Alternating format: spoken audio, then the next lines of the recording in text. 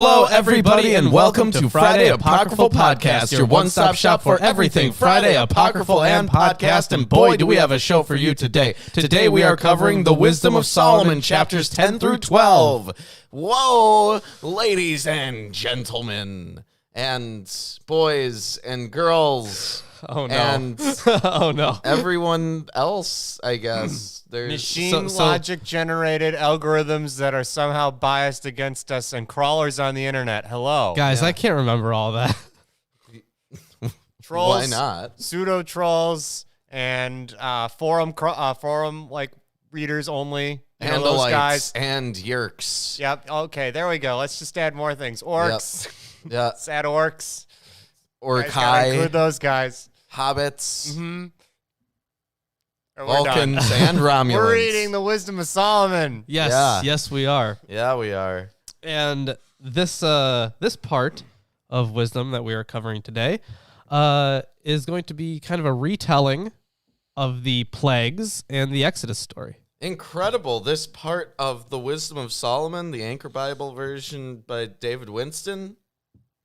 Yeah, that's what we are using as our translation. We also have the New Interpreter's Bible Commentary. This is volume 6. And Eerdman's commentary on the Bible. Yes, we got quite a lot of things to cover today.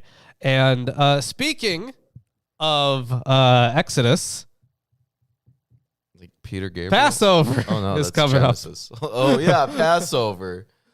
Passover. Wow, you're going to eat yourself some gefilte fish? up. No, I'm not doing anything. But Oh, I hear I you're thought doing you were something. gonna hang out with me, Yeah, maybe. I'm going to be eating No. gefilte fish. You don't want to hang out, I got other things to do. but we would have had D&D otherwise. I got other things to do. I made plans because there was no D&D. Damn. Yeah, he's going to go eat some gefilte fish. I sure hope not. I don't want to eat any Don't gefilte you- fish. Don't you like those gelatinous balls of fish? You know what I really never understood? Why do people like matzah? What about It's matzo balls? Actually cardboard. It's pretty bad.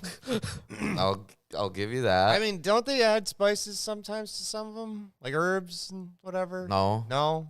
I mean, what about if you put it in some soup? Is it any better? I swear You I've had. can put it in soup and it isn't cardboard. Now it's just wet cardboard. Well, there's matzo balls. Yeah.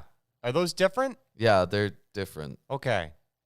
Matz is like the flat stuff, right? Yeah. Yeah. Oh, you're right. I can't think of Really, really bad. My It mom looks tried. like a biscuit, but it doesn't taste like a biscuit. Yes. No, I now recall exactly what that is. This is a pretty, there's a lot of Jewish people in our community here.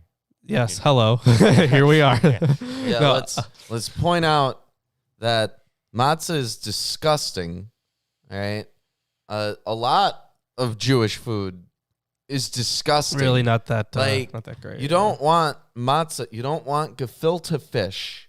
It's It bad. was on sale at Pick and Save, guys. Of course it goes on sale. They're not going to sell it if it doesn't go on Oh sale. my gosh, you're right. Wow. That's so funny. Yeah, I remember as a kid, my grandparents would always try to make me eat like anything with matzah. Yeah. I'm like, why are you doing this to me? I am a lowly child. I can't defend myself. My grandmother, at least the one I spent a lot of my time with, made, like pierogi and like, I don't know, roast soups sometimes. That's about otherwise. The See- soups weren't that bad, but I mean, like, in principle, they were kind of gross. I mean, I am Russian and Jewish, so I grew up not only on the matzah stuff, Oh, but did you put matzo balls in your borscht? Oh, man. no, I didn't. Luckily, they kept combo those breaker. Luckily, they kept them separate for me. Like, I didn't would eat have today. I would have matzah in one of my soups, and then I would just have borscht, and I'd have it with sour cream because that's the only way to make it taste not horrible. Well, Some people would hate you for that, but I also like sour cream. this is the Passover special. Yeah, Passover special right here. Yep. Hopefully you don't pass over our stream.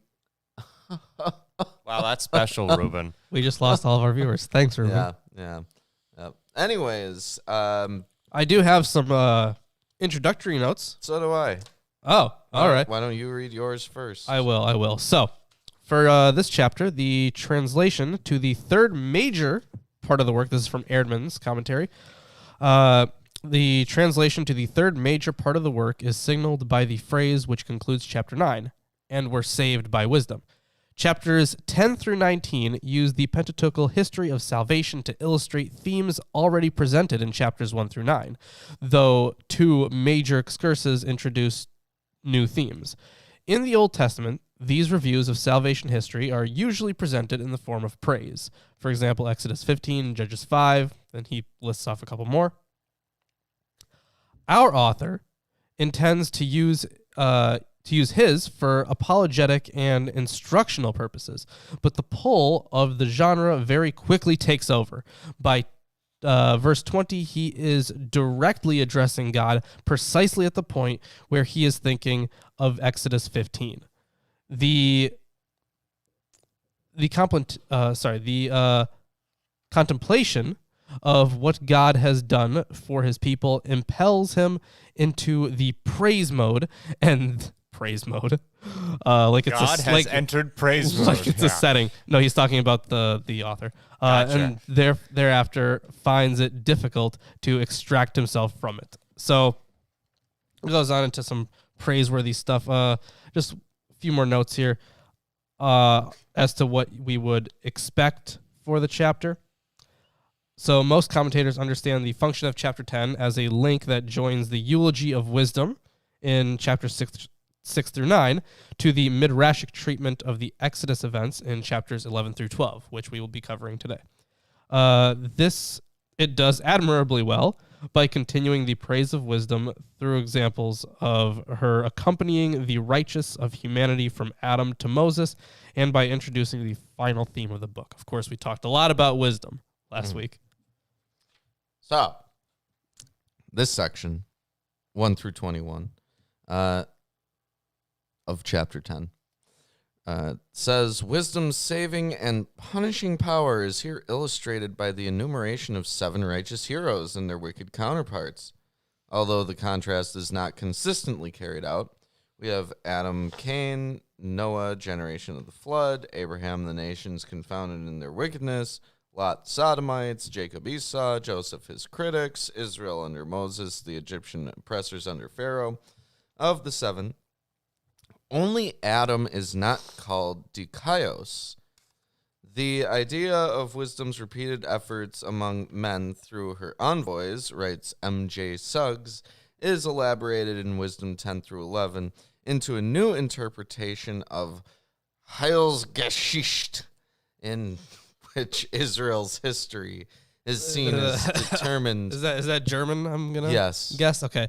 That was too easy. I know, but I just had to make sure. But they do it a lot where they use the original language of the scholar. Yeah. And it's dumb to talk about the concept, and they don't bother translating the concept. Like they still use a Sitzumleben, which means setting in life. Yeah. But like, you could just say that. And this is Heilsgeschichte. Whatever that means, I don't know. Someone who speaks German can tell us. In which Israel's history is seen as determined by Sophia's providential guidance of the people through chosen vessels in each generation. The old Heilsgeschichte, with its idea of miraculous divine eruption in history, is reinterpreted. What is now described as the providential ordering of Israel's history through Sophia's generation by generation election of holy servants. See Collins, quote... J.J. Collins? I guess. Okay. It says C.F. Collins, so... okay, I guess I don't know then. Quote, well, it doesn't say C.F. as in... No, I mean, it would be as in to cite. Yeah. Yeah. It's just Collins. Yeah. Quote, the events in question are not ascribed to the direct intervention of God, but to the constant activity of wisdom in the world. Revelation does not take place by theophanies, but by the constant meditation of wisdom. For a similar list of 7 You all right there? paradigmatic righteous men, See Pseudo-Clementine Homilies, 1814, which alludes to the 7 pillars of the world who were able to please the most just God. In the preceding chapter, 1813, 6 of them are enumerated: Adam, Enoch, Noah, Abraham, Isaac, and Jacob. In 1704, the list... Am I supposed to try that? What? Shout out to Enoch. Oh, sure. Go ahead. Yeah, give it a shot. Yeah. We're gonna see if it works. We're going to see if it works. Because we just made a It new might work. command. So Oh, someone tried for us. great. It did it immediately. It did it. Oh, thank Wow. goodness. Fantastic. Now we don't know why it didn't work before, and we don't know why it works now. All right, but thanks for trying. The author of Wisdom had already singled out Enoch in 410, and so here substitutes Lot for the latter, and instead of Isaac, he prefers Joseph as affording an opportunity for a more elaborate description. The author has constructed his ode by the use of anaphora, introducing wisdom with the emphatic pronoun haute, or haughty. No, it would be. Let me see the spelling there. Yeah, it would be haute. So that, as for what it means by emphatic pronoun. So usually, the person and often gender of a person doing something is usually in the verb. Like it's the ending that modifies the verb to know the like the person and number. So like you wouldn't usually have to say like she says. You would just say lege. You wouldn't have to say haute lege. But you would say haute there when you're trying to be more emphatic about it, when the thing of that you concentrate on is haute, is she. All right. And you know what? I don't recall them ever doing this before. You're welcome for that Greek lesson. Yeah, thanks for the Greek lesson. Well, maybe we need a German lesson now Yeah, because probably. it says C.W. Sterck. Die 7 Säulen der Welt und des Hauses der Weisheit. Oh, okay. I hate it when scholars do R. this, Neudecker. but it makes sense. Die Is he citing things? Menschlich heilgeistig in lehrhaft Please stop. parentischen Darstellung ein Studie Please stop. Psalm 10 und Hebrew 11s. That's something. Yeah, like he just quotes these people, but Yeah, like I get you have to quote it in like whatever language like a book was released in, why don't you just like provide? but you can also translate it. You could translate it and like in brackets originally in German. Oh, sure, yeah. Yeah. You do it either way. But You yeah, can do both of those things. That'd be Exactly. convenient. both of them would be pretty nice. Yeah. So, But either way, thank you for citing that. oh, you're welcome, and I hope that all of our German viewers who Viewer or German. I think. I mean, I don't know about the stats from Germany. I suppose I could check that, but I don't think there are too many of them. I don't recall there being any. No. We've had some. We've Have had we? some. A good amount of comments from, I forget the username, but he did say he was from Germany. Oh, wow. Yeah. Well, that's for you, bud. Watch, you have butchered that. Anyway, Probably. yeah, I'm sure I butchered it. All right, let's hop into chapter 10. Yep, let's do that. Chapter 10. It was wisdom who closely guarded the first fashioned father of the world. Created alone, she extricated him from his own blunder and gave him the power to master all things. A wicked man, however, who shunned her in his anger, perished through a fit of fratricidal rage. Oh, Yeah, I don't recall Cain. Cain dying like that. Let's see what this has to say about that. By murdering his brother in a fit of rage, he destroyed himself. Philo explains Cain's punishment as follows. Cain has been done away with by himself.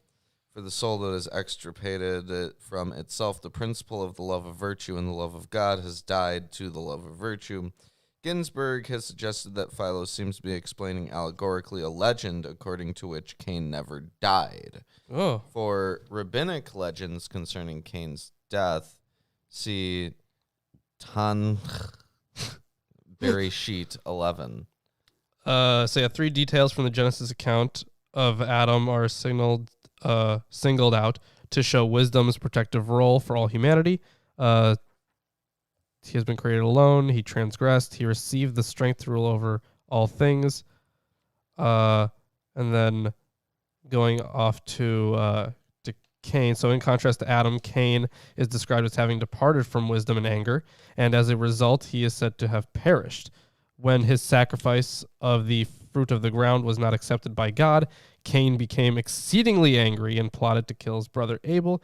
For the author, Cain is a figure of unrighteousness. Consequently, the tradition of God's protective mark on Cain and his family is ignored. That's interesting. Mm. Yes, and more on that one, conspicuously absent from the list of righteous persons is Enoch, who had become one of the biblical characters who personify the sage and the beloved of God. Yeah, of course.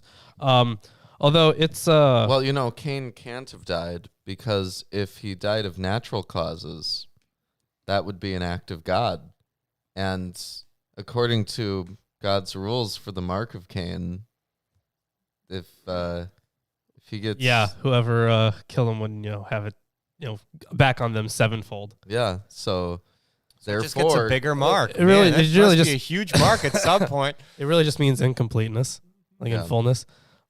But either way, it doesn't mean the tattoo on your arm will get 7 times bigger. No, but I like the tattoo. 7 times bigger. I like the tattoo on my arm, though. Yeah, I like it. So yeah, it's a big L on your forehead. I mean, arm. Yeah, they.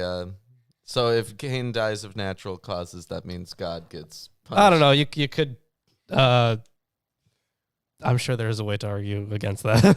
I mean, it's the word of God. It's unbreakable. It's what you got to do. Maybe he had like a random event setting. I don't know. Oh, yeah. I don't know.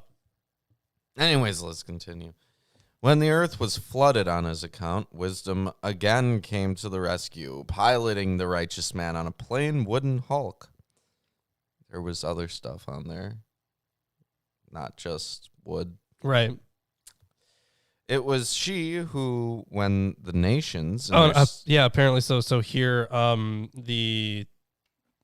Cain's sin is the cause of wickedness that occasions the flood. Mm-hmm. So that's the root cause, according to this author, which is not actually like explained in the biblical text.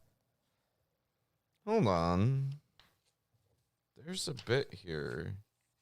In the commentary, but I want to see what the reference is to, because it Oh, is there like an abbreviation or something? Yeah, there's an abbreviation. Bereshit Rabbah. Okay, so according to Bereshit Rabbah 34:8, the sun, moon, and stars did not function during the period of the flood, thus implying that Noah's Ark was piloted by God. What? Huh? How are... Because this is a rabbinical text. Yeah, because they reference here piloting the righteous man on a plain wooden hulk.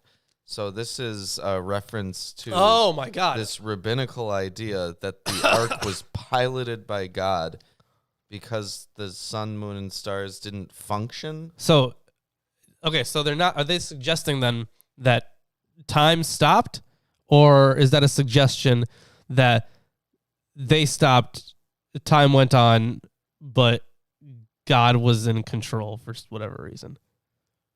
Like I or get maybe that the sun, moon, and stars are under his domain.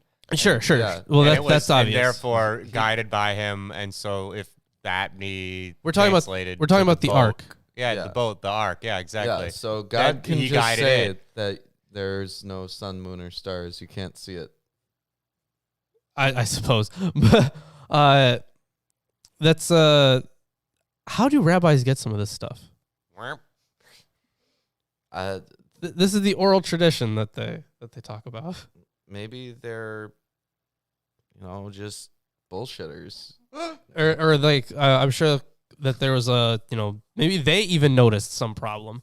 Like maybe this one came from, this is just a wild guess. I have no idea if this is even how far off the mark this is, but it could be like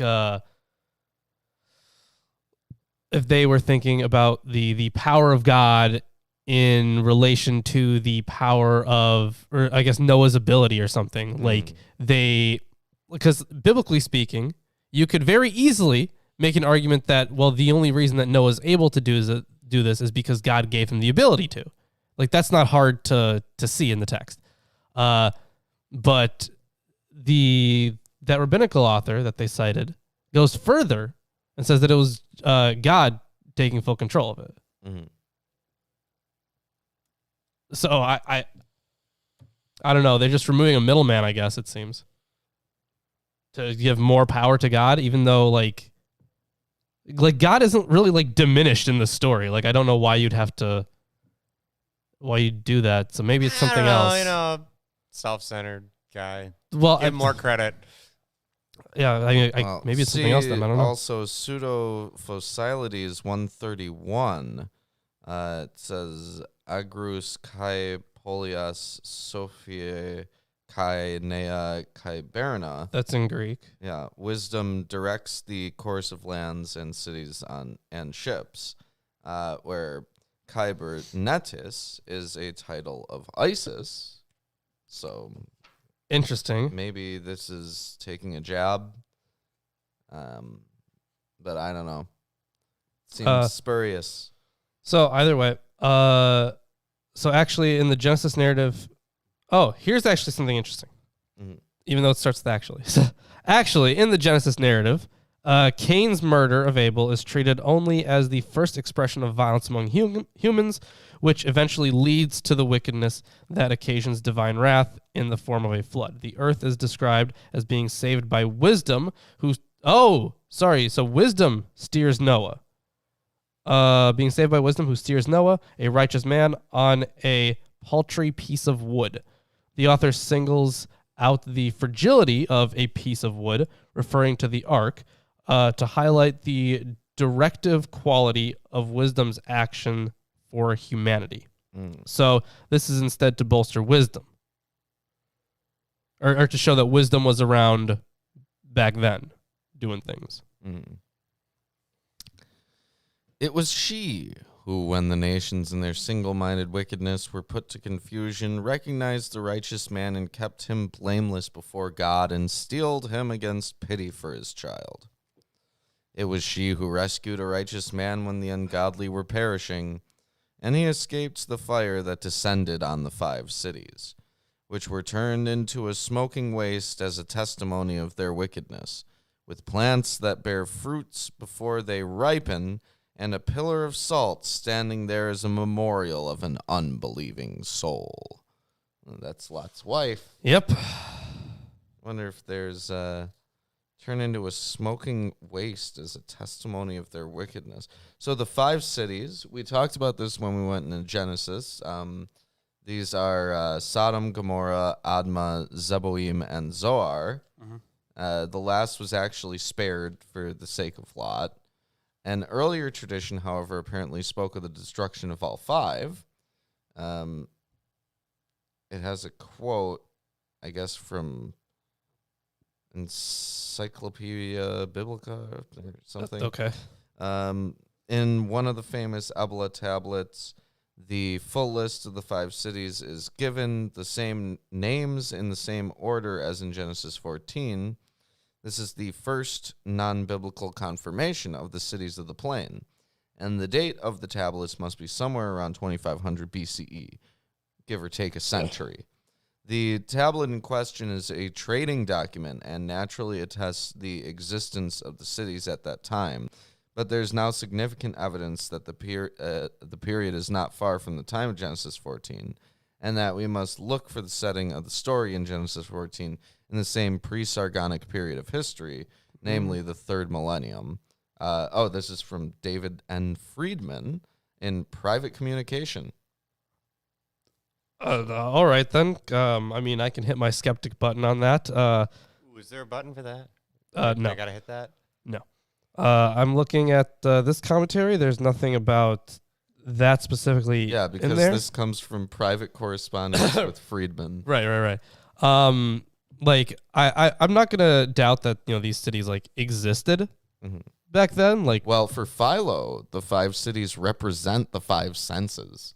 So, okay, I think that's also a misreading, but okay, Philo. So, Philo would probably say that there weren't cities. Right. Well, he'd say that, Or at least their purpose in the story is allegorical. which is fair. You can continue reading. I'm gonna look for perhaps more on. Okay.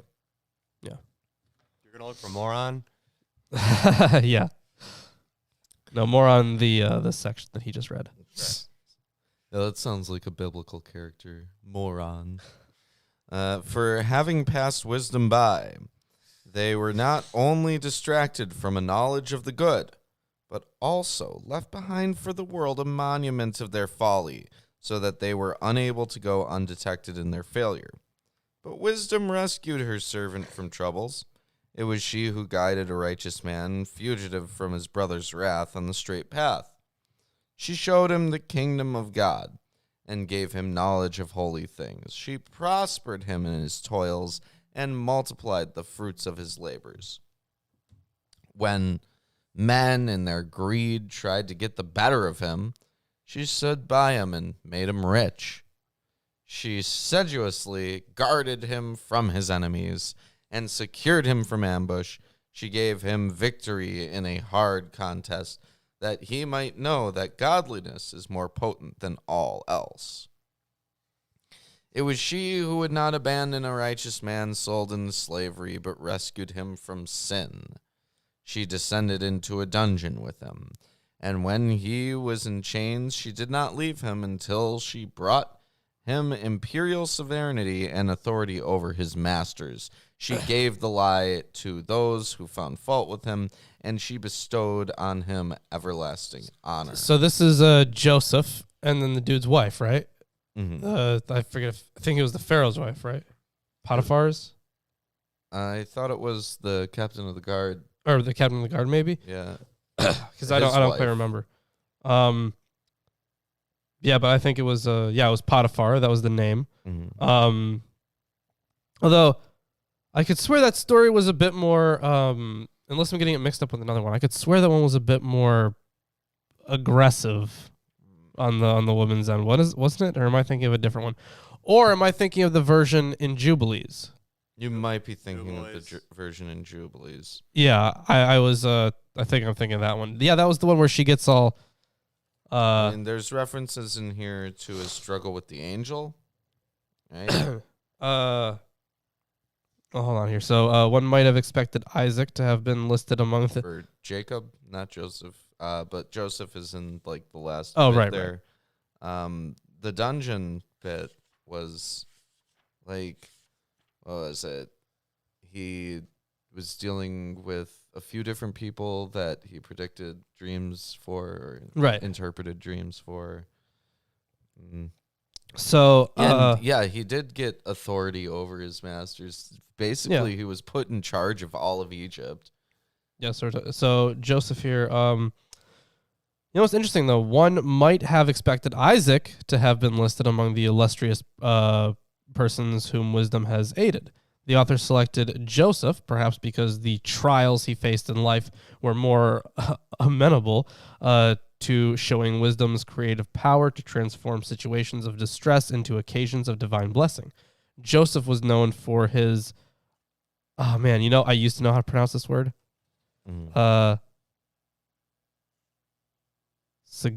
Sagacity? Sagacity? I don't know. Sagacity. I don't think that's right. Because the other word is sagacious, right? So this would be sagacity. I don't know.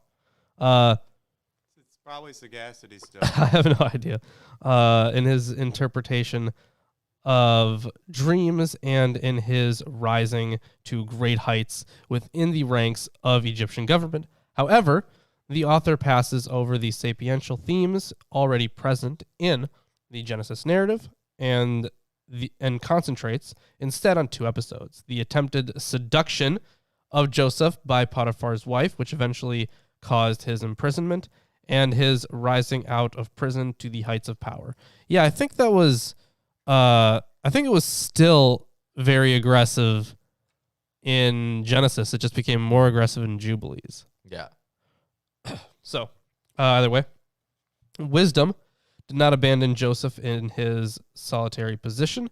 Wisdom accompanied him to protect his righteousness and to be with him in the pit and in the dungeon. So he needed wisdom for that, I suppose, is the point of this. His resistance to the seduction of Potiphar's wife is attributed to wisdom. Wisdom is described as staying with him right to the point of reversing his misfortune. He ends up having authority over his previous masters and his brothers, or just his brothers, and his accusers are shown to be false. As a result of wisdom's accompanying presence, Joseph receives everlasting honor. Wisdom was described by the unnamed speaker Solomon as one who leads people to a kingdom, and that's in 620, and who confers an everlasting remembrance, 8:13. Not only is this the case for Solomon, but also, according to the author, history itself has already exemplified wisdom's creative role. It was she who rescued a holy people and blameless race from a nation of oppressors. Blameless race, the seed of Abraham called blameless. Yeah, I remember that coming up. Yeah. She entered the soul of the servant of the Lord, and with signs and wonders withstood dread kings. She rewarded the labors of holy men. She guided them on a wondrous journey, and became a covering for them by day, and a blaze of stars by night. There's a pretty extensive commentary about this verse. I'm going to read part of it here. The reference is probably to the objects of silver and gold which the Israelites borrowed from the Egyptians before leaving Egypt. Silver. Yeah. Yep. Disgusting. See, Jubilees 48:18, and on the 14th we bound him, Mastema, that he might not accuse the children of Israel on the day when they asked the Egyptians for vessels of silver and vessels of gold, in order to despoil the Egyptians in return for the bondage in which they had forced them to serve. Ezekiel, the tragedian, similarly wrote that God promises to dispose the Egyptians favorably toward the Israelites when they are ready to leave, so that they will receive gold, silver, and garments, in order that they may be rewarded for the work they had done. Moreover, the reason given by Artapanos for the Egyptians' pursuit of the Israelites was their desire to retrieve the property borrowed from them. A similar explanation was given by the Augustan historian Pompeius Trogus in his Historiae Philippicae. Except that for ordinary vessels he substituted holy vessels, which the Israelites allegedly stole from the Egyptians and sought to retrieve by the force of arms, but were unsuccessful. Among Marcion's many calumnies against the demiurge was the charge that he induced his people to spoil the Egyptians. These citations all clearly... And if you guys want to know more about Marcion, did a whole video about Marcion. No, I want to know more about the demiurge. Thanks. Marcion's pretty cool too, I think. These citations all clearly imply that the Israelite borrowing of gold and silver vessels from the Egyptians had been a special target of the polemical and anti-Semitic literature of the Greco-Roman age, and that Jewish writers found it necessary to provide some sort of apologetic defense. The matter is clinched, however, by the considerably more explicit defense made by Philo, For they took out with them much spoil, and they did this not in avarice, or, as their accusers might say, in covetousness of what belonged to others. No, indeed, in the first place, they were but receiving a bare wage for all their time of service. Secondly, they were retaliating, not on an equal but on a lesser scale, for their enslavement. For what resemblance is there between forfeiture of money and deprivation of liberty, for which men of sense are willing to sacrifice not only their substance but their life? In either case, their action was right, for the Egyptians began the wrongdoing by reducing guests and suppliants to slavery like captives, as I said before. So yeah, that's a whole bit. She led them across the Red Sea and guided them through deep waters. That's obvious reference. yeah. But their enemies she overwhelmed, then spat them out of the boundless deep. The righteous therefore spoiled the godless, and hymned your holy name, O Lord, and praised with one accord your champion might. For wisdom opened the mouth of the dumb, and rendered the tongues of infants articulate. The author is alluding to an early Jewish tradition that even the infants sang God's praises. Wow. Wah. Wah. Or maybe it's like an alphabet of Ben Sira type of thing, where the child just comes out speaking, the language perfectly Mm-hmm. and is singing the praises. But then when they're not singing the praises, they go back to being regular babies. Sweet. Right. All right. That's the end of this chapter. If you're enjoying I do the have stream some so commentary far. in the end of the chapter. All right. Well, I got to use the restroom. All right, all right. Deliver that commentary. I will do that. So 2 details in the wisdom account are based on later interpretations. I think you covered one of them. And then the other one is the I said you covered one of them as he's not here anymore. I didn't do anything. But the other one is the plundering of the Egyptian army. So the first detail, the plundering of the Egyptian army, was developed to explain how the Israelites acquired arms to thwart Amalek's attack at Rephidim. That's Exodus 17, 8 through 13. Josephus gives an account of this interpretation. On the morrow, the arms of the Egyptians, having been carried up to the Hebrews' camp by the tide and the force of the wind setting in that direction, Moses, surmising that this too was due to the providence of God, to ensure that even in weapons they should not be wanting, collected them, and having accoutred the Hebrews therein, led them forward to Mount Sinai. What an outdated translation that is. Putra. Whatever. No, you said it right. Okay. It's just appreciating that word is ancient. The reference, yeah. So that's that's a reference to that one, and then the rest of it is exactly what Ruben was talking about. Yeah, so they got the stuff from the Egyptians then, or I suppose it was due to the providence of God. All right. Oh, look who has returned! I've returned. He has returned. He is back. Guess who's back? Gazoo back. Back again. Here's some commentaries for you. Oh, thanks. I'm gonna flip to the portion you need. There you go. That's for you. I really needed this. You did. I mean, I think it's pretty useful. Yeah. So here you go.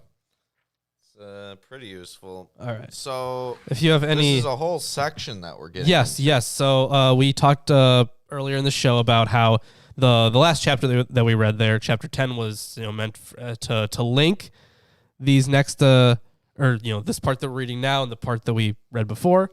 So here we are at the part that we're reading now.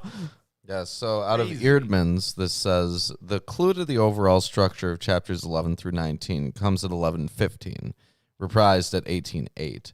They consist of a series of 7 contrasts between the fate of the Egyptians at the Exodus and that of the Israelites, whereby the one is punished by the same element with which the other is blessed. The primary theme of the whole book, the contrasting fates of the righteous and the wicked, is thus approached from another angle. As Rees, 1970, said, the 91 through 98 has demonstrated it is incorrect to classify these chapters as midrash, as some commentators have done. Rather, they exhibit the pattern of the Greek rhetorical technique of synkresis, comparison. 2 large excurses, 11:15 through 12:27 and 13:1 through 15:19, interrupt this series of contrasts after the first has been completed. So there's that. Additionally, the NIV commentary here says a few things. Well, more than a few things, really. It has like 3 whole pages. But I mean, this commentary doesn't really have much. This on the whole commentary claims that it is midrashic. It says, since the basis for the author's comparison contrast is the story from Exodus as presented in the Torah, the form of writing is midrashic. A midrash is an interpretation of a text that follows the contents and events of a narrative or poetic text explicitly or implicitly. In the Book of Wisdom, the author follows carefully, though at times loosely, the events as related in the text of Exodus and interprets them as signs of God's justice. The author has made the use of older scripture in both previous parts of the book. However, these biblical references in the first half functioned more as allusions to authoritative figures than as organizing basis for interpretation. Here in the third part, the references to selected events of the Exodus are sustained throughout the entire section. Exegetes have noticed 2 organizing features for the author's interpretation of the plagues associated with the Exodus. One is a system of antitheses that compare and contrast the Egyptian punishments with Israel's blessings. This system follows a moral principle enunciated in 11:5 and 13. The very means that God uses to punish the Egyptians are used to save the Israelites. Thus, 7 plagues are chosen for these diptychs. Notice how the plagues compare loosely with the 10 plagues and the final destruction of the army in Exodus. The other system consists of 5 diptychs that draw a parallel between Egypt's sins. Because you said this is 7 plagues, right? He said 10. Didn't he? I thought he said 7. Unless I misheard. 7 plagues. Yeah. You also said 10 before that. Yeah, he said. I said it afterwards, how they compare loosely with the 10 plagues. Yeah. Okay. Because of course it's going to compare to what the 5 plagues. I don't remember the 5 plagues. The other system is consisting of 5 diptychs that draw a parallel between Egypt's sins and the insulting punishments of the plagues. The system follows the moral principle enumerated in 11:16. God punishes the Egyptians according to the very manner in which they sin. The principle is consistent with that of the first part of the book, where the author declares the wicked are punished according to their false reasoning. So, different ways of looking at this section. There's more, but I'm not going to read it. I mean, I could go on for page after page after page. Right. You get it. You get the gist. But Ruben, here. you get all the reading. Yeah, so this is so I suppose that they're picking 7 of the 10 plagues that we are familiar with, or I guess loosely. Top 7 I guess, right? of 10 plagues. Yeah, the top 7 plagues. So we'll see how they use them, and then maybe we can talk about why. Which 3 don't make the cut. Let's find out. Exactly. So interesting. That will tell us a little bit about the author, I think. So, chapter 11. Their works prospered at the hand of a holy prophet. So the verb prospered, eudoson, in 11:1 can be either transitive or intransitive. If it's taken as intransitive, their works prospered, then 1021 would be the last mention of wisdom as the key player in the Israelite drama of salvation, and the transition to the prayer mode in 11.4 would be less harsh. The commentators are divided on this, and whether... And Speaking of divided, this also is divided. Wow. And on whether 11.1 rounds off chapter 10 or begins a new section. Whichever view is correct, it remains the case that the disappearance from 11.4 onward of personified wisdom exposes our author's failure to produce a satisfactory synthesis of natural and revealed theology. The Stoic Logos and the Old Testament Yahweh do not make comfortable bedfellows. Some acute and unresolved theological tensions underlie the rest of the book, and so do the undoubted social and political tensions in Alexandria and elsewhere in Egypt between the Jews and the rest of the population. So, this is just the beginning of the commentary here. Your version, or I suppose the commentary that you have, says that the word is a different form of the same word. So it can be taken as transitive or intransitive. Right. But there are two forms that are discussed in here. Mm-hmm. So usdu is, and I think that would be a genitive, is frequent in the Septuagint as a transitive verb, and it cites a whole bunch of them. Mm-hmm. It is also used intransitively in one of the places is like Isaiah and Jeremiah, some other ones. Grimm, followed by Fitchner, connects this verse with the end of chapter 10, taking yudu transitively and making wisdom its subject. But Rees has argued that this is contrary to the structure of the poem. After introducing wisdom 6 times with the emphatic hauta, our author would hardly abandon this rhetorical device at the climax.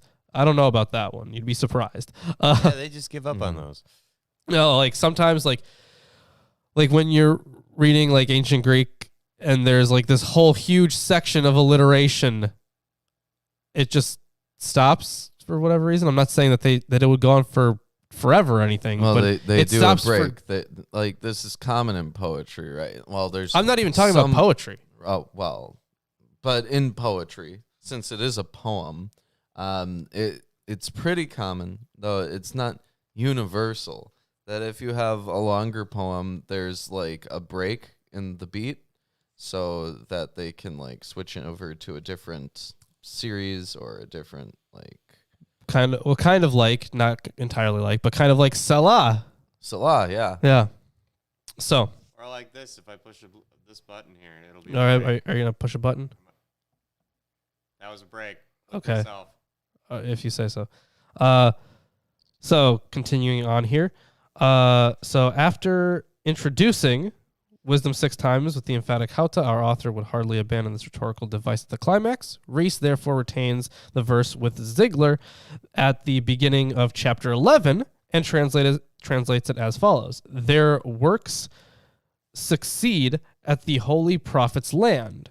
He also notes that the wordplay euodosin and diodusin links 11:1 through 2. Wright, on the other hand, considers Rees's translation unlikely. The holy prophet, he writes, quote, is clearly Moses, and he appears precisely in the role of instrument in 10:16.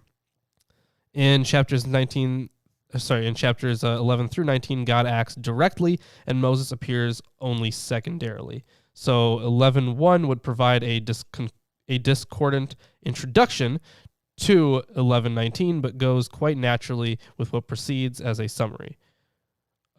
She made their affairs prosper through the holy prophet.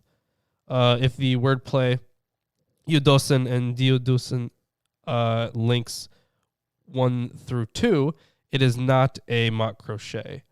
Wright's objection, however, does not seem to me to carry much weight. It would be well in keeping with the style and thought of the author of wisdom to move almost imperceptibly from the attribution of certain historical events to the instrumentality of wisdom.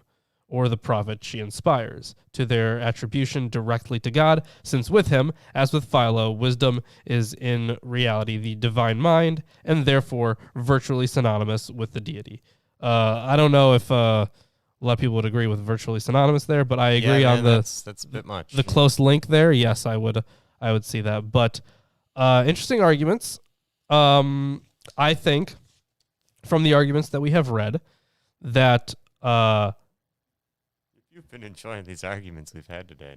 hey, you know what? This is great. I love these arguments. I would say that I might take the opinion of right, actually. I think that hits the mark closer there. But that's just me. All right. Yeah. Let me know when you finish verse 5. So they traveled in uninhabited solitude and pitched tents in untrodden wastes. They stood their ground against their enemies and beat off hostile foes. Oh, great. They beat them off and pitched tents. Thanks, wisdom. Wonderful. Oh, great. And here's something even better. They thirsted and called upon you. And water was given them out of a flinty rock. Of course, that's the reference to the water from the rock. Mm-hmm. And quenching of their thirst out of hard stone. So aside from, all the pretty sexualized language here, we know what they're actually talking about. Mm-hmm. For by those very things through which their enemies were punished, they in their want were benefited. That's verse 5. All right. The reflection on the source of water in the wilderness brings the author to one of the two key principles through which the Exodus events will be interpreted. The Egyptians, the very means of punishment against the Egyptians are the means of salvation for the Israelites. In this case, water was used to punish the enemy of Israelites, both when the Nile was turned to blood and when the Egyptians drowned in the Red Sea. But for the righteous, the gift of water in the wilderness brings the quenching of thirst and survival. The use of identical means of blessing and punishment is rare in biblical literature. In Sirach, we find a similar idea, though it's formulated differently. In a comparison between the gifts given to the righteous and the punishments given to sinners. Oh, it's all their children. The author notes, all these are good for the godly, but for sinners they turn into evils. Sirach 39:27. In a rabbinic source, the same idea is formulated much in the way the wisdom author understands it. The Holy One, blessed be he, heals by the same means whereby he smites. The principle implies that God is the Lord of both creation and history. The elements of creation are ambivalent. God can use them to bless and to punish. Creation itself, as noted, is in the first half of the book, is on the side of justice and the righteous. The events of Exodus, viewed from this perspective, become the author's clinching proof for the judgment that justice and wisdom bring life. So I guess we're getting into the plagues. Yeah. Yeah, all right. So in a place of perennial in place of the perennial source of streaming water, turbid with gore. So the Nile, that's the perennial place of streaming water. Yeah, It's it's replaced talking with blood. about the Nile. Yeah. As a reproach for their edict for the slaying of infants, you gave the Israelites abundant water when all hope was gone. So the reference there, I'm guessing, is to we got the turning of the Nile into blood, right? Mm-hmm. And we have the slaying of the infants. Mm-hmm. Oh, sorry, as a reproach for their edict. That's different. The Nile is defiled in rebuke to Pharaoh's decree that the newborn males be drowned in the Nile. Yeah, Exodus 1:22. Right. And then because the Nile was turned to blood, so the Israelites get a whole bunch of water. Demonstrating by the thirst they had then endured how you punished their antagonists. For when they were put to the test, though disciplined compassionately, they understood how the godless, brought to trial in anger, were tormented. Oh, did they? Let me know when you get to the end of verse 10. Okay. Your own people you made trial of like a reproving father, but those others you scrutinized like a stern king passing sentence. Good point. That's verse 10. Yeah. So the first of the major tensions appears in 11:9 through 10. If the author is going to explain the torments of the Egyptians as just retribution for the way in which they have treated the Israelites, how is he going to account for the sufferings which the latter undergo both in Egypt and the desert? He resorts to the tried and tested explanation already mentioned in 3:5 through 6 and argued at length by Elihu in Job 32 through 37 that the sufferings of the righteous are God's chastisement to bring them back to the straight path. Oh, that Elihu. Yeah, but the actual sufferings of both righteous and wicked look remarkably similar. How do we know which is which? Here the author makes an interesting move. He says that it's the psychological attitude of those undergoing the suffering which enables us to distinguish the good from the bad. The sufferings of the wicked are so much worse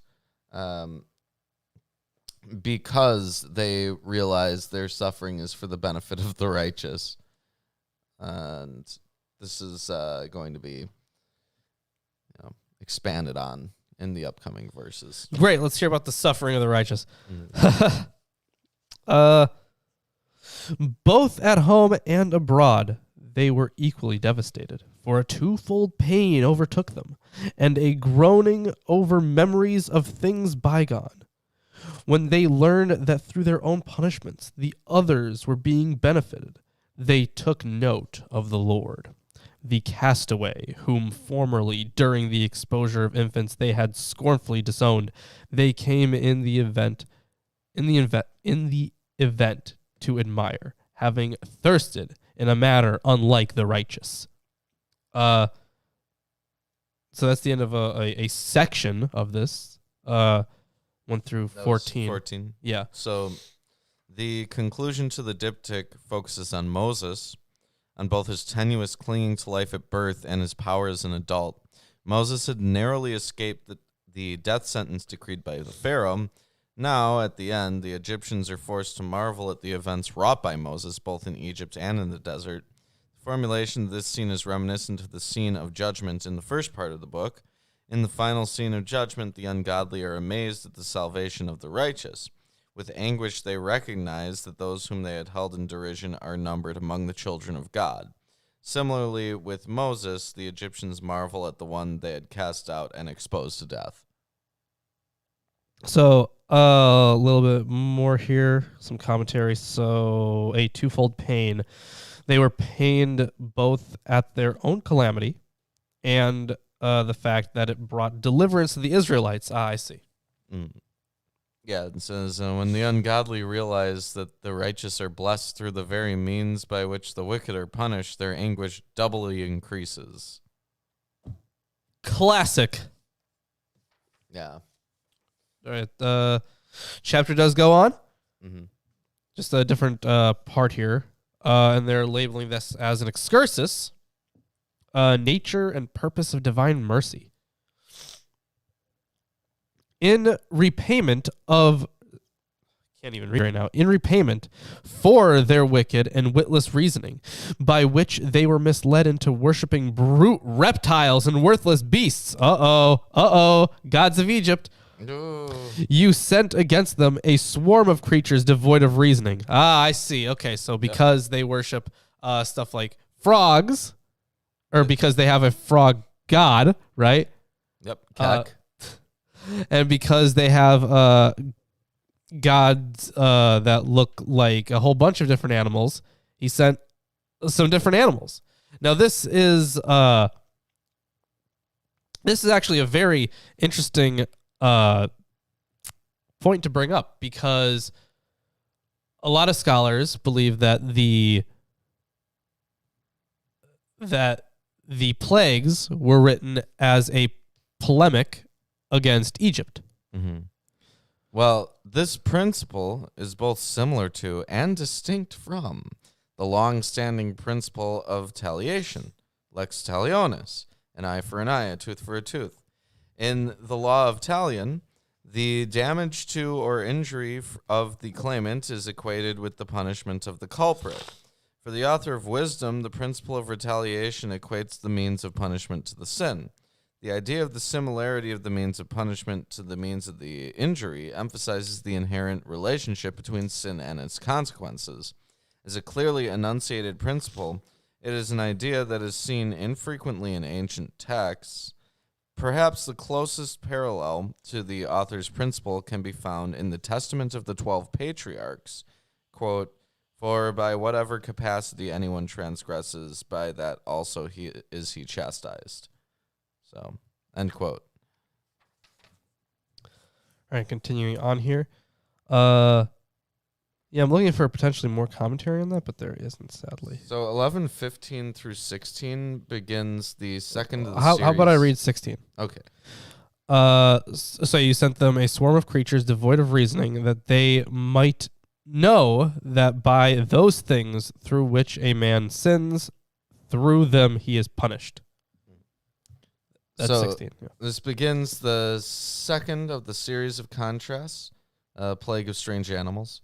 But it's interrupted by the two excurses and is resumed only at the end of chapter 15 and the beginning in chapter 16. The argument of this first excursus is considered as a whole, though it can be broken up into smaller sections, which is 11:15 through 12:2, 12:3 through 18, 12:19 through 22, and 12:23 through 27. Reese describes this and the following excursus as portraying God's loving kindness towards all mankind. If this is the intention, it's not achieved. So, Yes, there is a little bit of discussion in that in this commentary as well, but it doesn't really say that much that one does not. At least anything of interest, immediate substance, I suppose. Either way, verse 17. Yeah, this is a digression that begins here. It has two aims. One is to develop further the disciplinary explanation for suffering adumbrated in verses 9 through 10 in the context of the theological problems presented by the belief in Israel's election. The other is to explain certain features of the text of Exodus, e.g., why are there 10 plagues? Oh, that's fun. All right. So it is in some way midrashic. I can see that. Mm-hmm. All right. Or yeah, I would be midrashic. That is the word I'm looking for. Okay. For your all-powerful hand, which created the world out of formless matter, did not lack the means to send upon them an army of bears or brazen lions, or unknown monsters newly created, filled with fury, either snorting out blasts of fiery breath, or scattering thunderous fumes, or flashing fearful sparks from their eyes, who could utterly annihilate them, not only by the harm they might inflict, but could destroy them by their terrifying appearance alone. Even without these, they might have been laid low by a single breath, pursued by justice and scattered by the breath of your power. But you ordered all things by measure and number and weight. Okay, so this is the whole eye for an eye thing, right? So they were worshiping these other gods. So he's like, fuck those other gods, and I'm going to show you that those other gods suck and that I'm the best. So Eerdman's comments on this, one immediate explanation for the first 9 of the 10 plagues is the author's sophisticated version of the lex talionis, which we just discussed. But the real answer is that God was allowing these nations the same opportunity for repentance as was given to Israel. For after all, these nations are also God's creatures, and mercy is an essential element of the divine nature. However, the argument does not work, and the author knows it, because if the Egyptians and Canaanites had actually responded to the opportunity given for repentance, there would be no Exodus, no promised land, and no chosen people. The doctrine of election requires that God willed beforehand to exterminate the Canaanites. That's a very good point. To make room for his chosen people. The only way to justify this is to say that they were incorrigibly evil from their origin. In that case, however, both the statement that God loves all that he has made and the argument that he gives us an opportunity for repentance are negated. Is that one from Diamond? I don't know, or maybe it's Jeremiah that we're looking this at. Was no, Diamond wrote the Jeremiah bit. Okay. This is A. Peter Heyman. Okay, I like that name too, though. Or Heyman? just Peter Heyman. Okay. Although I looked up Diamond, Yeah. he's dead. Ugh, Yeah, died 10 years ago. rip in peace. Yeah. All right. Continuing on here. To exert supreme force is at all times your option, and who could resist the might of your arm? For in your sight the entire cosmos is as a turn of the scale, and as a dewdrop in the dawn alighting on the earth. So that's an interesting... Yeah, the world is compared to a speck that tips the scales into a drop of morning dew. Both images point out the smallness and insignificance of the universe in comparison to the majesty of God. Similar images are used in Isaiah to illustrate the smallness of the nations. A drop from a bucket, dust on the scales, Isaiah 40:15. I suppose makes sense. Yeah. Isaiah 40:15, there it is. And then for the dewdrop, cross-reference Hosea 6:4. Which we'll get to eventually. We will. We'll get there. There's a good chunk of the Bible left. It's not. We're getting there. We are slowly getting there. Either way, but you have compassion over all, because you can do all, and you overlook the sins of men with a view to their repentance. That's not always true. Let's be honest here.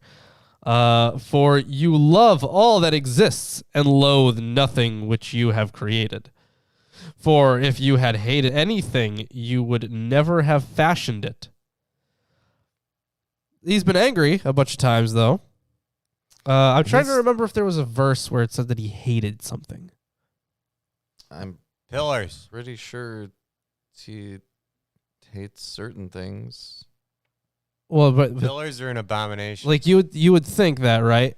But if they don't use the specific phraseology, Oh, you mean since we have perfect translations from one language to another? We we no. don't. We don't. All right. How could anything have endured had it not been your will, or that which was undesignated by you have been preserved? But you spare all because they are your sons, O sovereign Lord, lover of all that lives. Okay, there's 6 things that the Lord hates. This is Proverbs 6:16 Are you through just Googling 19. this? Yeah, Oh this my is God. from Okay. Proverbs 6:16 through 19. There's 6 things that the Lord hates, 7 that are an abomination to him. Haughty eyes, a lying tongue, and hands that shed innocent blood, a heart that devises wicked plans, feet that make haste to run to evil, a false witness who breathes out lies, and one who sows discord among his brothers. Does it say hate in those? It says hate. All right, sorry. What's the verse again? Proverbs 6:16 through 19. All right. Also, Psalm 5:5. The boastful shall not stand before your eyes. You hate all evildoers. Oh yeah. Okay, I remember the Psalm stuff. Let's see, 6:18 through 19. Yeah. 6 things that the Lord hates. I mean, hopefully that's a fair translation. All right. I mean, fair enough. You could argue that it's like, well, that's just some teacher being mad. But I guess you could argue either way. I mean, if you take it that way, or if you're just trying to get the point across that that you shouldn't do it.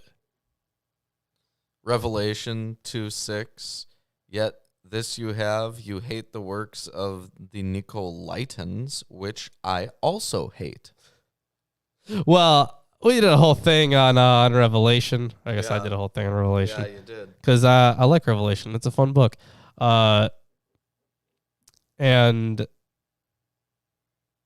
I mean, I'd say that from the commentaries I've read on it, that it does follow in the right theological footsteps. Mm. But it is, I think it's mostly a polemic. I think it's a very interesting, very good polemic, actually, but it is still a polemic at its heart. All right. That's actually the end of the chapter. Wow. Well, if you're enjoying the stream so far, give us a like, comment, subscribe, share it with your friends, family, neighbors, anyone you've ever met or haven't met. Hold on, let me check this one thing, because this seems to be so he's citing there. So we are told in Proverbs that he hates these certain things, right? Yep. And in Psalms. Yeah, and in Psalms apparently. So let's there's also a cross reference here for all the stuff where he's like, okay, so you love all that exists in verse 24. That's also in Psalms. So I'm gonna go to Psalms 145.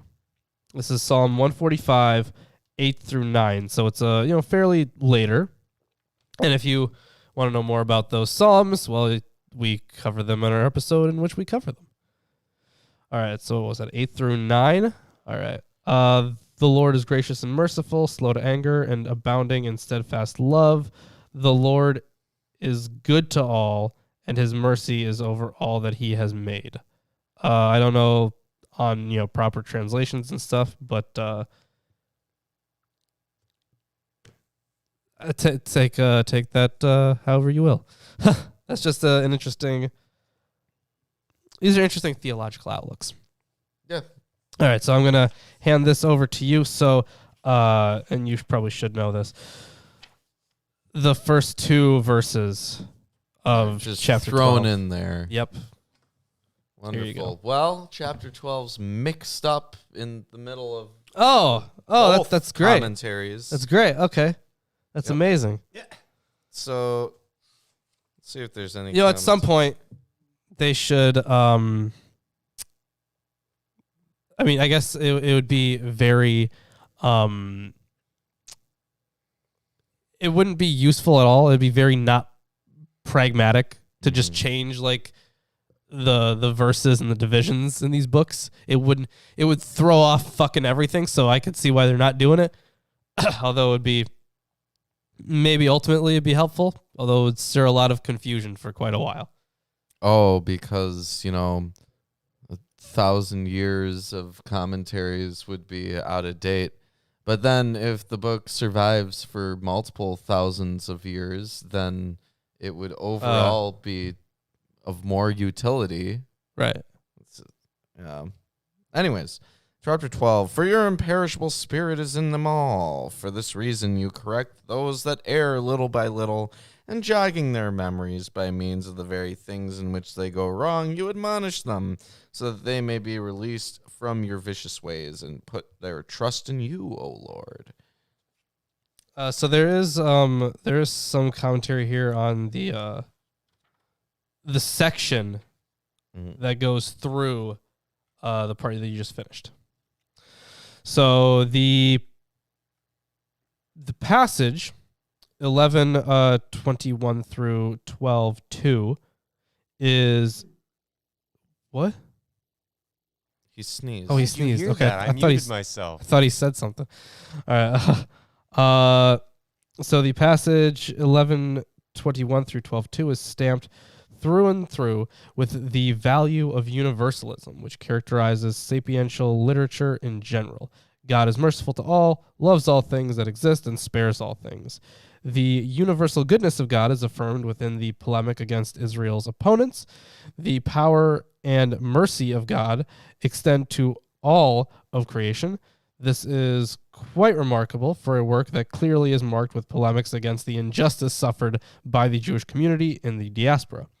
God's mercy is expressed in moderation. As harsh as the polemic appears in the midrashic treatment of the narrative of the plagues in Exodus, the author of Wisdom interprets the punishments within the context of God's compassion and moderation. The unit closes with the purpose of God's moderation in the administration of punishment. So that would make sense, right? Because he's looking at it like, well, if you could just think at how powerful God could be, how much worse he could do, what he's really showing you mercy here. Yeah, I guess. You know, That seems a little ad hoc to me, but well, of course it is. Anyways, the ancient inhabitants, too, of your holy land, who are hateful to you for their loathsome practices, acts of sorcery and licentious mystery rites, ruthless slayers of their children, and entrail-devouring banqueters of human flesh, initiates from the midst of a Dionysian blood revel. oh, damn, this is a lot. And parents, murderers of helpless souls, it was your will to destroy at the hand of our forefathers, so that the land which is of all lands most precious in your eyes might receive a worthy migration of God's children. So obviously we're talking about Canaan here. Mm-hmm. And we talked about this last week with Dr. Josh, actually. So we talked about it on Sunday about the Molech polemics. And how Molech might not be a god specifically. There's a bit here. They talk about the Bacchanalia, Dionysus worship. You drink a lot of wine and have an orgy. That's nice. What you do. But, yeah, there's not that much on it. Yeah, so once again, this is to highlight the mercy of God. What a way to present mercy, right? So merciful. Yet these two you spared as being men and sent wasps as the advance guard of your army to exterminate them gradually. What? So, Is this locust? Is this the locust thing? the or- Hebrew word for hornets or wasps is unclear, and it could very well refer to disease or pestilence, as the root meaning would suggest. The Septuagint translates the Hebrew by the Greek word sphinx, which means wasps or hornets. Interestingly, a difference in the comparison between the Egyptians and the Canaanites is that the suppression of the means of punishment is equal to the means of their sin. The author is content to stress that the reason for the Canaanites' loss of the land is their sin. Perhaps the author could not think of an immediate correlation between the forms of sin and the punishment of the loss of land. See Exodus 23:28. Oh, wow. Yeah, Jason already in there with that exact verse. Yeah. Well, thanks, Jason. And I will send hornets before you, which shall drive out the Hivite, the Canaanite, and the Hittite from before you.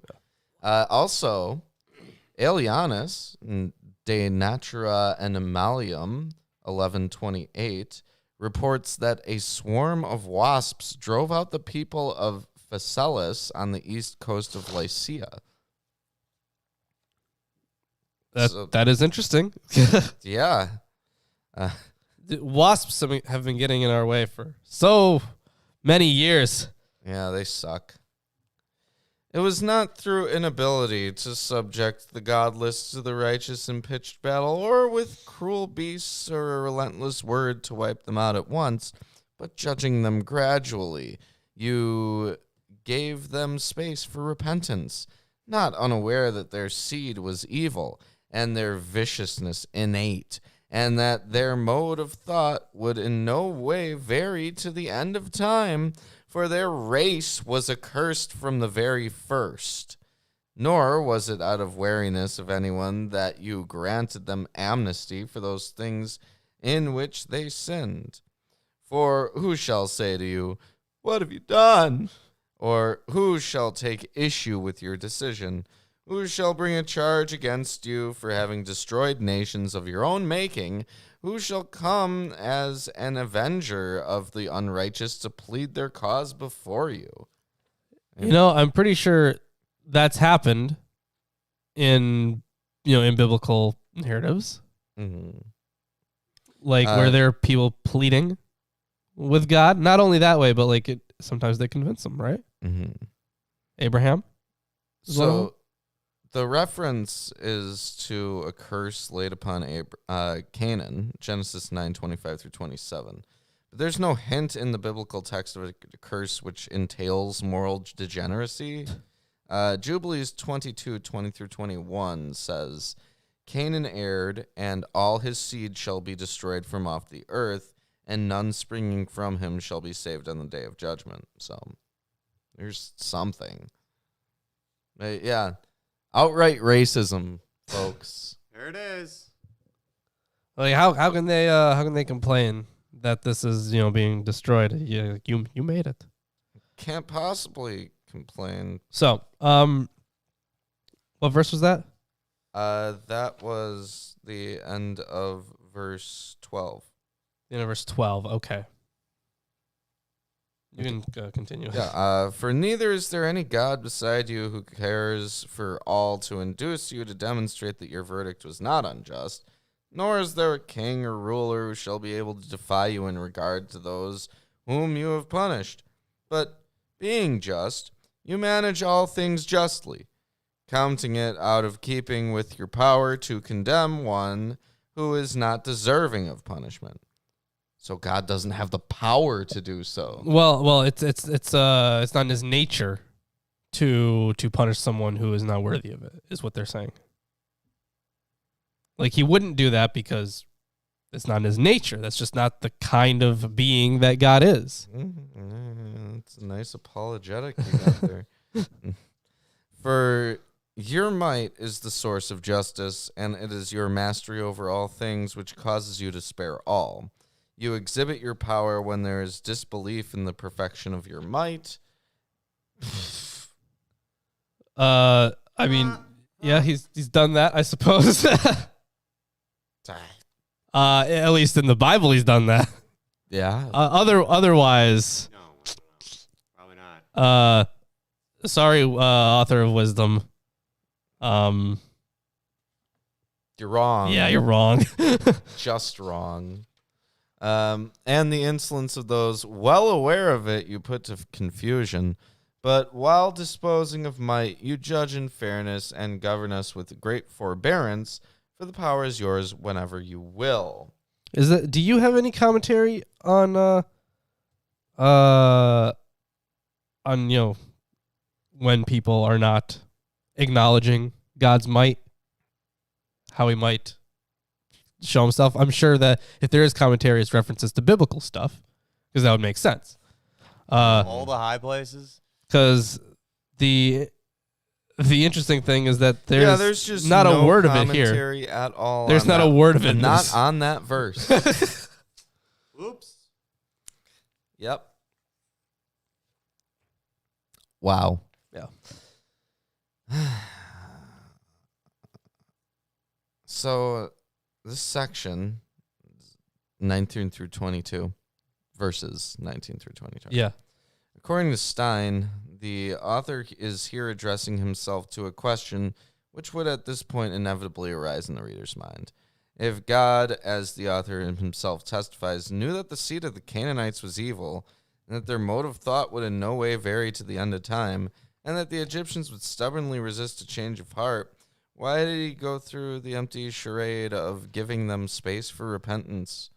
The answer is that God wished to provide a model lesson for his beloved people in order to teach them that they should practice humanity in their relations with others, and that repentance is always available to the sinner. It would seem, however, that our original aporia has by no means been resolved. For if the Canaanites were in reality foredoomed, how would the empty gesture of a mere appearance of a chance of fundamental change in their case hold any persuasiveness for Israel?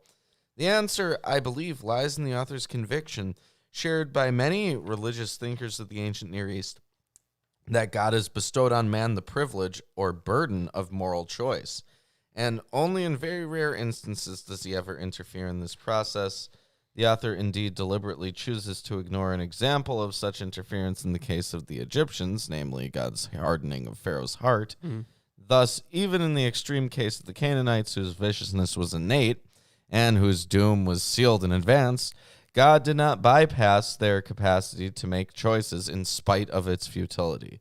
The Canaanite example thus serves as a vivid illustration of the fact that no man is merely a mechanical link in the universal causal chain. The more recalcitrant problem raised by God's ultimate determination of the way in which choice is exercised is generally relegated to the realm of divine mystery, which no human mind can hope to penetrate, and usually remains dormant unless it is blasted out of its protective shell by the force of catastrophic events. Oh. Wow. Not out Enoch. Uh-huh. So, was that the end of the chapter? Did you get to? No, sorry, what verse are you at? Was that at the end of 22? No, that was a note, an No, introduction commentary on verses 19 through 22, which I'm about to start.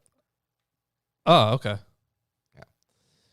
By such acts, you taught your people that the righteous man must be humane, and rendered your sons cheerful in that you grant repentance for sins. For if your children's enemies who deserve to die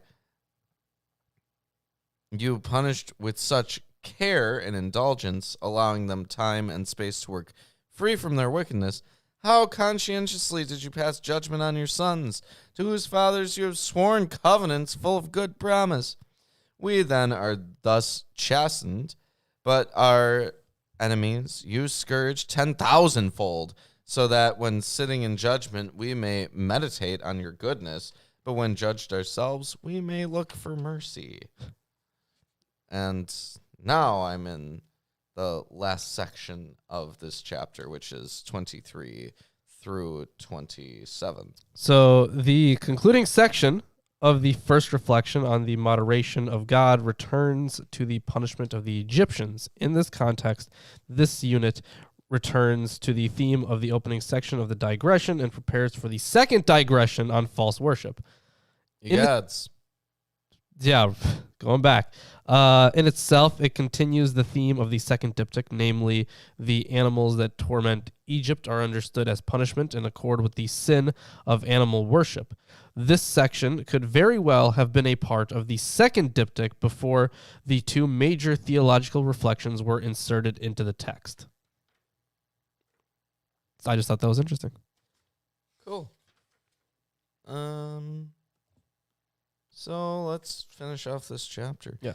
It is for this reason, too, that those who in their wickedness lived thoughtless lives you tormented with their own abominations, for they strayed far beyond the ordinary paths of error, taking for gods those which even among animals are the most despicable of loathsome things, deluded like foolish infants. Therefore, as to unreasoning children, you sent your judgment as a mockery. God made those too, though, the animals. Yep. I think you worked hard on those. Apparently. No, it only took a day. Gosh. Yeah. It took a Dude. day to make us. But Yeah, well, look at where that's gone. All right. but those who do not take warning from such derisive castigation will experience a judgment worthy of God. For through those animal deities, at whom they were indignant by reason of their own suffering, punished by means of these very creatures whom they deemed gods, they came to recognize the true God, perceiving him whom they had formerly denied knowing. Thus did the utter limit of judgment descend upon them. Oh, so they were at the end of their rope. Yep. And that is the end of chapter 12. Yes.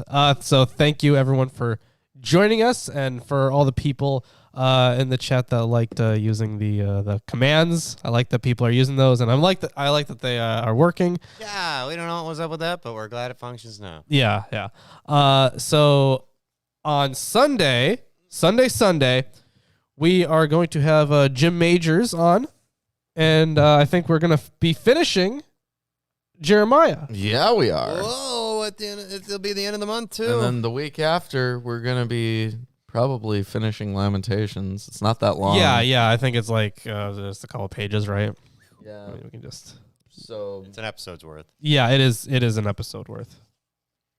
maybe. Yeah, it's 4 chapters. It's 4 chapters, okay. And I mean, it's a little long, but breaking it up into 2 episodes would be kind of silly.